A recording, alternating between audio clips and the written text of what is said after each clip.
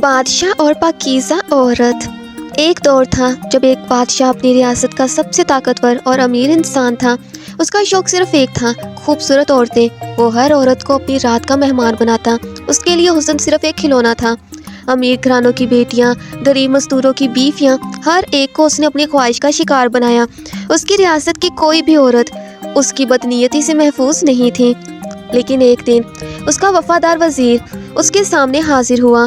وزیر نے جھکتی نظر کے ساتھ کہا، جہاں پناہ، آپ نے ریاست کی ہر خوبصورت عورت کو دیکھا ہے اور حاصل کیا ہے، مگر ایک لڑکی ابھی بھی آپ کے محل سے دور ہے۔ وہ سب سے پاکیزہ ہے، سب سے خوبصورت، مگر سب سے مختلف بھی۔ اس کا حسن انسانی نہیں لگتا، جیسے کوئی آسمانی نور ہو۔ بادشاہ کی آنکھوں میں بدنیتی کی چمک دوڑ گئی۔ اس نے فوراً حکم دیا، اس لڑکی کو محل بلایا جائے، میں اس سے ملنا چاہتا ہوں۔ مگر جب سپاہیوں نے لڑکی کو سندیشہ بھیجا تو اس کا صرف ایک جواب آیا، میں ایک نیک عورت ہوں، بادشاہ سے کہہ دینا وہ مجھے نہ بلائے۔ بادشاہ یہ سن کر اور بھی بےتاب ہو گیا۔ اس کا گھمنڈ یہ بات برداشت نہیں کر رہا تھا کہ ایک عورت نے اس کا حکم نہیں مانا۔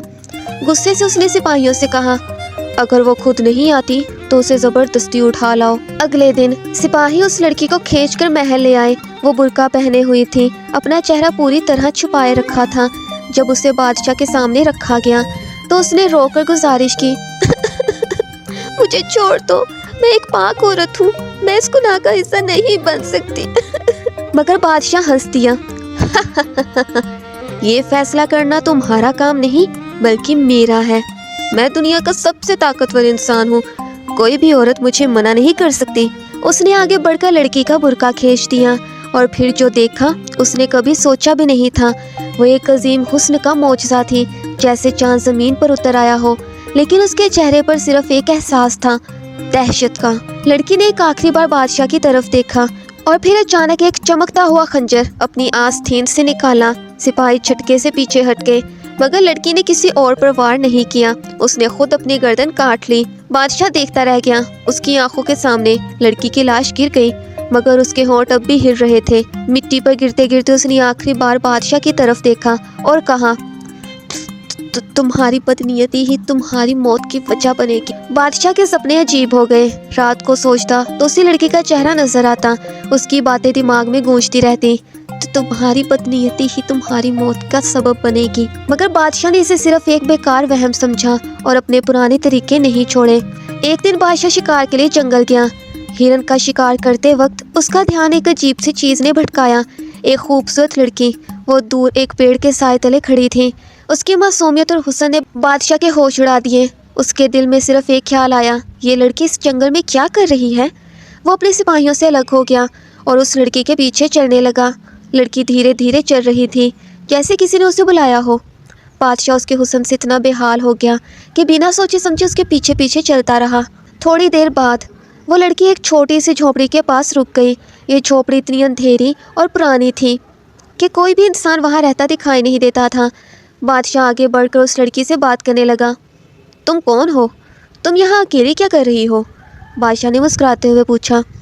لڑکی نے بھی ادا بھری مسکراہٹ کے ساتھ جواب دیا، میں یہاں رہتی ہوں مگر بہت اکیلی ہوں، کیا آپ میرے مہمان نہیں بنیں گے؟ بادشاہ جو صرف حسن کا غلام تھا بنا کوئی سوچے اس کی بات مان گیا۔ وہ جھونپڑی کے اندر چلا گیا اور ایک کرسی پر بیٹھ گیا۔ لڑکی اس کے سامنے آئی۔ اس کی ہر حرکت میں ایک عجیب سی ادا تھی جو بادشاہ کو اور بھی بے قابو کر رہی تھی۔ میں آپ کے لیے کچھ لاتی ہوں، لڑکی نے کہا اور اندھیرے میں غائب ہو گئی۔ کچھ دیر گزر گئی۔ بادشاہ اس جھونپڑی میں اکیلا بیٹھا تھا۔ اچانک اسے محسوس ہوا کہ جھونپڑی کے اندر کی ہوا ٹھنڈی ہو گئی ہے۔ اس کے پاس بیٹھے دیے کی لو تیزی سے دھیمی ہونے لگی اور پھر ایک عجیب سی آواز آئی۔ بادشاہ نے مڑ کر دیکھا اور اس کی جان نکل گئی۔ وہ لڑکی جو پہلے اتنی حسین تھی اب ایک روپ بدل چکی تھی۔ اس کی آنکھیں بالکل کالی ہو چکی تھیں، اس کا چہرہ مردہ سا لگ رہا تھا اور اس کے ہونٹوں سے لہو ٹپک رہا تھا۔ تمہاری بدنیتی ہی تمہاری موت کا سبب بنے گی، بادشاہ سلامت۔ بادشاہ کی آنکھیں ڈر کے مارے پھٹ گئیں۔ یہ وہی آواز تھی جو اسے سپنوں میں سنائی دیتی تھی۔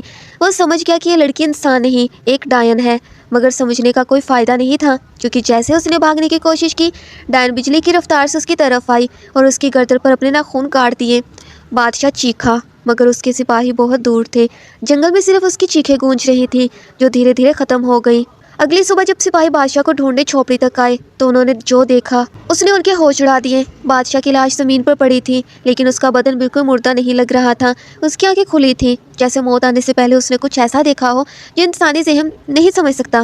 اور سب سے عجیب بات، اس کے ہونٹوں پر ایک عجیب سی مسکراہٹ تھی، جیسے موت سے پہلے اس نے سمجھ لیا ہو کہ اس کی بدنیتی ہی اس کا انجام لکھا۔